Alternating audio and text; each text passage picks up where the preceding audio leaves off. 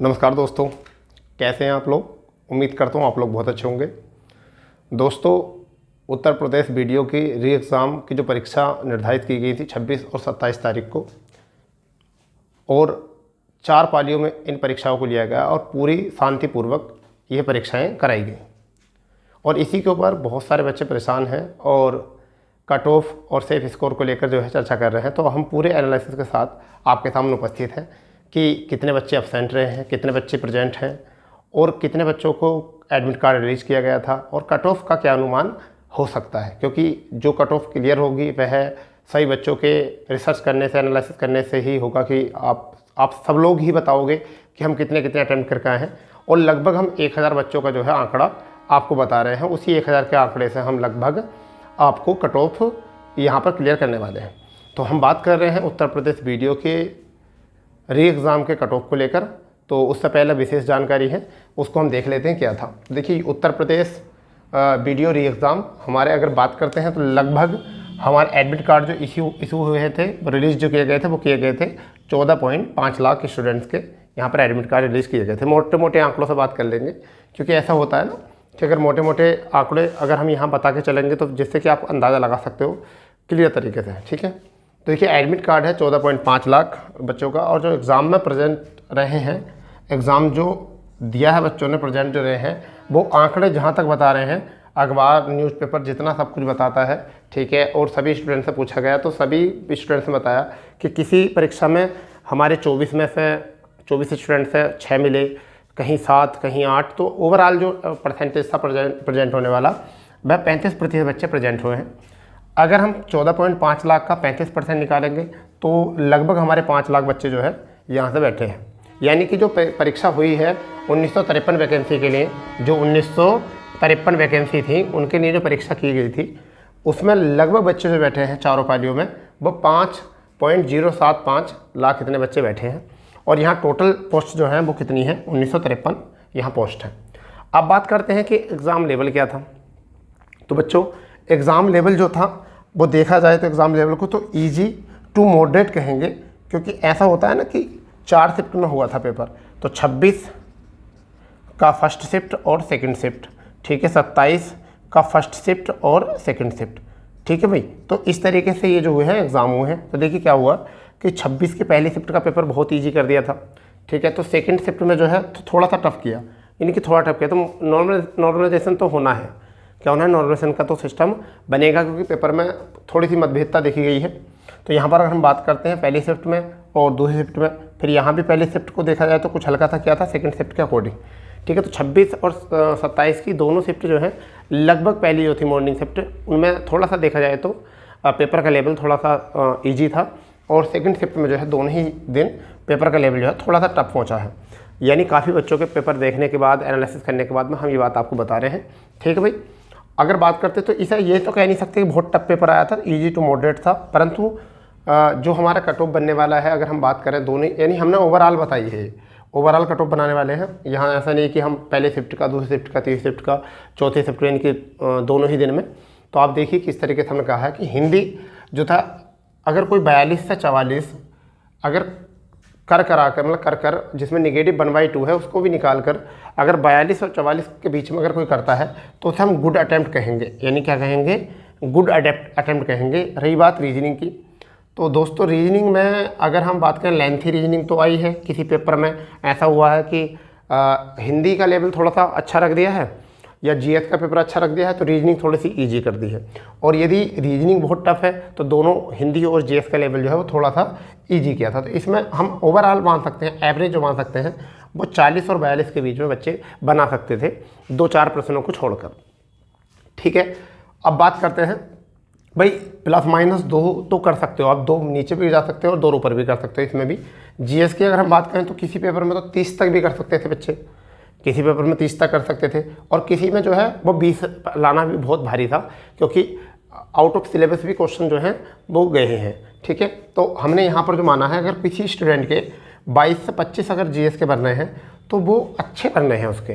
ठीक है, और इस तरीके से अगर हम बात करें तो यहाँ से 102 से लेकर 111 के बीच में अगर किसी का रहा है तो 1/2 नेगेटिव मार्किंग को ध्यान में रखते हुए और 35% बच्चों के प्रेजेंट रहने की वजह से अगर हम देखें तो ये लेवल अच्छा लेवल है। अगर इस बीच में आते हैं निश्चित ही आप लोग संतुष्ट रहिए कि अगर आपका 102 और 111 के बीच में अगर स्कोर आता है, इसके बीच में अगर स्कोर आता है तो आप निश्चित ही मान लीजिए कि आपका सिलेक्शन फाइनल तक हो जाएगा। देखिए और तो आप लोग को पता है सबको कि जो आयोग आंसर की देगा उसके अनुसार ही होगा, मगर फिलहाल में जो क्वेश्चन को पेपर को एनालिसिस करने के बाद में और बच्चों ने अपने अपने नंबर बताए हैं कि सर हमारे 108 बैठ रहे हैं, हमारे 105 बन रहे हैं, कुछ 95 95 पे भी थे, कुछ 112 तक भी बोल रहे हैं। तो अगर देखा जाए तो देखो सभी बच्चे तो अच्छी मेहनत करते हैं। मैं मानता हूं कि कोई ऐसा बच्चा नहीं होता जो जानबूझकर अपना पेपर बिगाड़ेगा, और सभी लोग अपना पेपर अच्छे तरीके से करके भी आते हैं और अच्छी मेहनत भी करते हैं तैयारी में। बस समझ की बात है कि किसके समझ से पेपर अच्छा बन जाए या फंस जाए और किसका नहीं, क्योंकि पढ़ने को भी बहुत कुछ है और पेपर बनाने वाले को, एग्जामिनर को भी बनाने के लिए बहुत कुछ है। तो इसमें कुछ ऐसा कह नहीं सकते कि हमारा पढ़ा हुआ या बच्चों का पढ़ा हुआ नहीं है, बच्चे सब ने मेहनत किया है, ठीक है। और भाई एग्जामिनर अगर ऐसा पेपर नहीं रखेगा तो फिर एग्जामिनर की इंसल्ट हो जाएगी। फिर तो एग्जामिनर कैसा कि जो उसके पेपर को इजीली कोई भी कर ले, समझ गए नहीं। क्योंकि रही बात अगर आप हिस्ट्री पढ़ना चाहते हो, अगर हिस्ट्री पढ़ना चाहते हो, अगर आप पूरी तरीके से पुरातात्विक सोर्सेस तक खोजने के लिए निकल जाओ तो आप अगर अपना बोरिया बिस्तरा लेकर भी अगर सारे सोर्सेस खोजने के लिए चले जाओ सिंधु घाटी सभ्यता के भी, तब भी आप कम से कम अगर 20 साल भी आपको लगाए जाएँ तो सारे सोर्सेस खोजने के बाद और फिर जब जाके भी आप पेपर में मतलब कोई एग्ज़ाम में क्वेश्चन ढूंढो तब भी किसी न किसी क्वेश्चन में जो है आपको मिस्टेक हो ही जाएगी। वो मिस्टेक किस रूप में हो सकती है, शायद आपको आंसर याद हो तो वो मार्कशीट में गड़बड़ हो जाती है, क्योंकि जब टाइम का प्रेशर होता है तो इसमें अब आप देखिए इसमें टाइम का प्रेशर भी वो एक अच्छी चीज़ थी, क्योंकि 150% थे और 150% में ऐसा थी नहीं कि बिल्कुल हलवा ही था, ठीक है। ईजी टू मॉडरेट लेवल का पेपर था। फिर बात रही सबके दिमाग में बच्चों को चल रहा था 1/2 नेगेटिव, ठीक है, 1/2 नेगेटिव चल ही रहा था बच्चों के दिमाग में। फिर उसमें तुम्हें पता ही है कि जितने भी एग्ज़ाम के प्रोटोकॉल होते हैं कि यहाँ सिग्नेचर कीजिए, आप अपना फेस स्कैन कराइए, ठीक है, आप यहाँ पर बायोमेट्रिक हो जाती है, वो तो चलो नहीं होती हुई इस बार फेस स्कैन हुआ है, ठीक है। तो क्या हुआ था कि आपकी OMR सीट चेक हो रही है, ठीक है, उस पर सिग्नेचर करने हैं, आपका पेपर चेक करा हुआ है कि आपने सही भरा है नहीं भरा, लगभग 10 से 15 मिनट यहाँ भी निकल जाते हैं। तो यदि हम 120 मिनट में से अगर 15 मिनट या 10 मिनट ये भी निकाल देते हैं, अगर 10 मिनट निकाल दें तो फिर तो 110 ही मिनट रहे। और 110 मिनट में अगर बात करते हैं 110 मिनट का मतलब 1 घंटा 50 मिनट, ठीक है। 110 मिनट में आपको क्वेश्चन करने हैं 150, फिर उसको गोले भी भरने हैं। फिर कुछ क्वेश्चन ऐसे होते हैं रीजनिंग के तो कि काफ़ी बड़े क्वेश्चन थे, यानी पूरी पजल थी और पूरी पजल में लगभग बच्चों को 5-6 मिनट लग रहे थे, परंतु क्वेश्चंस कितने मिल रहे थे, केवल 2। तो किसी को 2 क्वेश्चन मिल रहे थे वहाँ से, थी क्योंकि पजल करने में जब भी अच्छा लगता है जब 5 क्वेश्चन या 4 क्वेश्चन उसमें हो तो बच्चे को लगता है कि अगर मैं पूरा टाइम दे रहा हूँ पजल को तो कम से कम 5 क्वेश्चन तो मिलेंगे वहाँ से, ठीक है। परंतु क्या हुआ कि टाइम तो पूरा लिया पजल को, क्योंकि हम किताबों में जो प्रैक्टिस करते हैं वो 5 से 6 क्वेश्चन होते हैं एकदम पजल में, समझ गए नहीं। क्योंकि हम पढ़ाते हैं बच्चों को तो हमें भी लगता है कि हम अगर पजल उनको सोल्व करा रहे हैं तो 5 अगर मिनट 3 या 4 मिनट पजल को सोल्व करने में लग भी रहे हैं बच्चे को तो कम से कम 3 से 4 क्वेश्चन वहाँ से उसको मिल जाएंगे। मगर ऐसा एग्जाम में तो नहीं होता, कई बार एक पजल से एक क्वेश्चन पूछा इन्होंने, ठीक है। तो इसलिए बच्चों को जो है रीजनिंग में थोड़ा टाइम ज़्यादा लगता है अकॉर्डिंग टू कोचिंग क्लासेस या सेल्फ स्टडी। तो इसलिए यहाँ पर टाइम मैनेज करना बहुत भारी। फिर एग्ज़ाम का प्रेशर, चाहे आप UPSC का एग्ज़ाम दो या PCS का एग्ज़ाम दो, और मैं आपको बता दूं कि आप लोग अच्छे तरीके से तैयारी करो। लेवल जो होता है वो कभी भी पेपर का आ जाए कैसे भी आ जाए, आप सभी चीज़ों के पेपर दिया करो जिससे कि आपको अनुभव हो जाता है। लगभग पेपर अटैम्प्ट किया करो, क्योंकि होना ना होना तो वो देखिए आगे किस्मत की बात है, परंतु मेहनत करना आपका काम है। क्योंकि ऐसा है ना, अगर मेहनत भी नहीं करोगे तो फिर क्या करोगे, अगर आप मेहनत भी नहीं करोगे तो क्या करोगे, और क्या है करने के लिए। स्टूडेंट के पास तो एक यही है कि मेहनत ही करना है, ठीक है। अब देखो जैसे भी आंसर की आती है, जैसा कट ऑफ होता है, हम भी एक अंदाज़ा बता रहे हैं आपको कि लगभग 102 से और 111 के बीच अगर आपका आ रहा है तो शायद ऐसा लग रहा है कि आप अच्छे लेवल में तैयारी की है अपना और आपका अच्छा स्कोर हुआ है। क्योंकि इसमें नेगेटिव 1/2 है। 1/2 का मतलब है अगर किसी बच्चे ने मान के चलिए अगर 110 क्वेश्चन भी अटैम्प्ट किए, 110 क्वेश्चन अटैम्प्ट किया और उसके गलती से भी 10 गलत हो गए, मतलब मिस्टेक से, उसे तो नहीं लग रहा कि उनने तो लगभग अपना 100% किया है, मगर एग्जामिनर की सोच में और उसकी सोच में अगर 10 नंबर का अंतर है तो 5 प्लस और हो जाएंगे, यानी कि उसके ऐसा मान चलिए कि 15 क्वेश्चन जो है 110 में से कम हो जाएंगे। फिर उसका बेचारे का कितना बचा कटकटा कर 95 बचा यहाँ से। ठीक है भाई, तो ये जो है ना बहुत बड़ा लेवल होता है, 1/2 नेगेटिव का जो होता है बहुत बड़ा लेवल होता है। ठीक है, क्योंकि अभी तक किसी एग्जाम में ऐसा हुआ नहीं है 1/2 नेगेटिव, क्योंकि अगर हम देखें तो 1/3 चलता है, 1/4 चलता है, 1/3 भी बहुत बड़ा मार्जिन होता है। तो यहाँ से देखिए आपका इतना हो सकता है, अगर किसी ने केवल 100 ही किए हैं और उसका कुछ गलत नहीं है, एक्यूरेसी बिल्कुल अच्छी है, 98-97 क्वेश्चन उसके बनने हैं, 1-2 क्वेश्चन गलत हुआ है तो बहुत ही बढ़िया है। तो इसलिए सीधा से ये है कि आप लोग इसको एनालिसिस कीजिए, क्योंकि हमारा यहाँ एडमिट कार्ड जो रिलीज हुए हैं वो 14.5 लाख हुए हैं।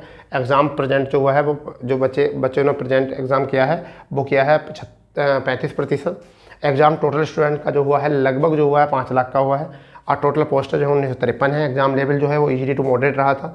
2 दिन 2627 में फर्स्ट और सेकंड 2-2 शिफ्ट में पेपर हुआ है।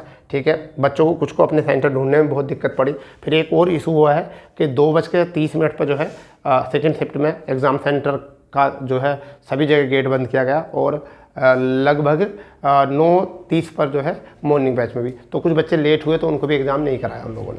ठीक है, फिर सोल्वर भी कुछ लोग पकड़े गए हैं। ठीक है, सुनने में आ रहा है कि 99+ तो 26 तारीख को ही सोल्वर पकड़े गए थे, और कुछ सोल्वर जो है 27 तारीख में भी सोल्वर पकड़े गए हैं। उनका एक्यूरेट डाटा भी मेरे पास नहीं आया है। ठीक है, चलिए, तो आप ऐसी ही तैयारी करते रहना। अब जो है दिल्ली पुलिस की वैकेंसी आपके सामने है और उत्तर प्रदेश पुलिस की वैकेंसी आपके सामने है। खूब दबा के मेहनत कीजिए, और हम अपना बैच जो है शुरू करने वाले हैं उत्तर प्रदेश पुलिस के लिए स्पेशल और दिल्ली पुलिस के लिए। ठीक है दोस्तों, तो जो चैनल पर अभी तक नए हैं वो चैनल को सब्सक्राइब करो और चैनल को फॉलो करो, और अपने दोस्तों में ज़्यादा से ज़्यादा शेयर करो, क्योंकि मैं आपको बिल्कुल निःशुल्क तैयारी कराने वाला हूँ। आगे जितनी भी हमारी क्लास आएंगी, फिलहाल में तो हम विशेष जानकारी के साथ उपस्थित होते ही हैं, और हमारी क्लासें भी चलती हैं। लगभग हमने वीडियो की भी क्लासें ली थी, कंप्यूटर क्लासें ली थी, इसमें हिंदी क्लासेस ली थी, वीडियो के प्रैक्टिस सेट वगैरह भी इसमें कराए थे। तो दोस्तों, तो मैं विश करता हूँ आप लोगों का सभी का सिलेक्शन हो जाए। अगर आपने इतना स्कोर किया है या इससे भी कम हो तो देखो वो आयोग डिसाइड करेगा कितने पर कट ऑफ जाएगा फाइनल। फिर फिलहाल में हम तो केवल सर्वे करके अंदाज़ा लगा सकते हैं। तो मिलते हैं नई जानकारी के साथ। जय हिंद, जय भारत, वंदे मातरम।